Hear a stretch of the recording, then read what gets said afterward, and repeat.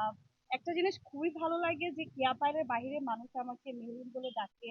এমনও হয় যে আমাকে চিনে না বাট মেহরিনকে চিনে, যে হ্যাঁ আমি কেয়া পায়েলকে চিনি আমি মেহরিনকে চিনি।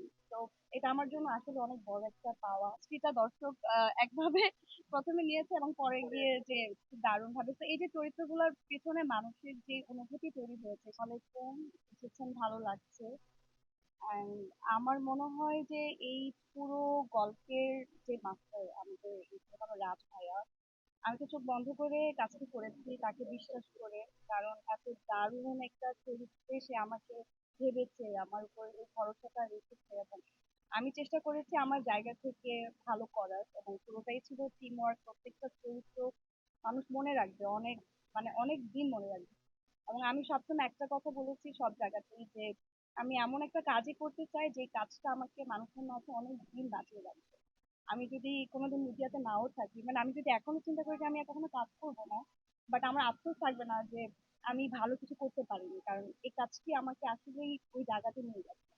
এবং এবং অনেক বড় একটা পরিবার পেয়েছি আমি, আমার খুব ভালো লাগে, এটা আসলেই প্রাইসলেস।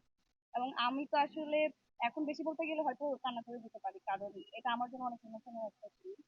এবং এই তো আমি চাই এই ধরনের গল্পে কাজ হোক বাংলাদেশে, এবং আমি আরো কাজ করতে পারি।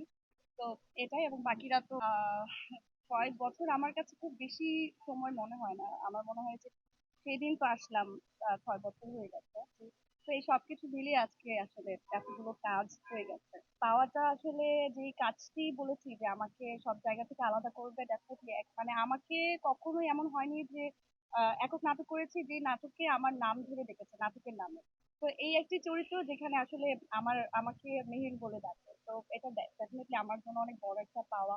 আর আসলে নতুন করে বলার কিছু নেই, কারণ প্রত্যেকটি পর্বে যেভাবে আমরা সাড়া পাই এবং যেভাবে মানুষ আমাদের প্রত্যেকটা পর্বের জন্য ওয়েট করে থাকে, তো এটা মানুষও বুঝতে পারে যে আসলে এটা কতটা ভালো যাচ্ছে। তো বলে বোঝাতে পারবো না এটার অনুভূতিটা।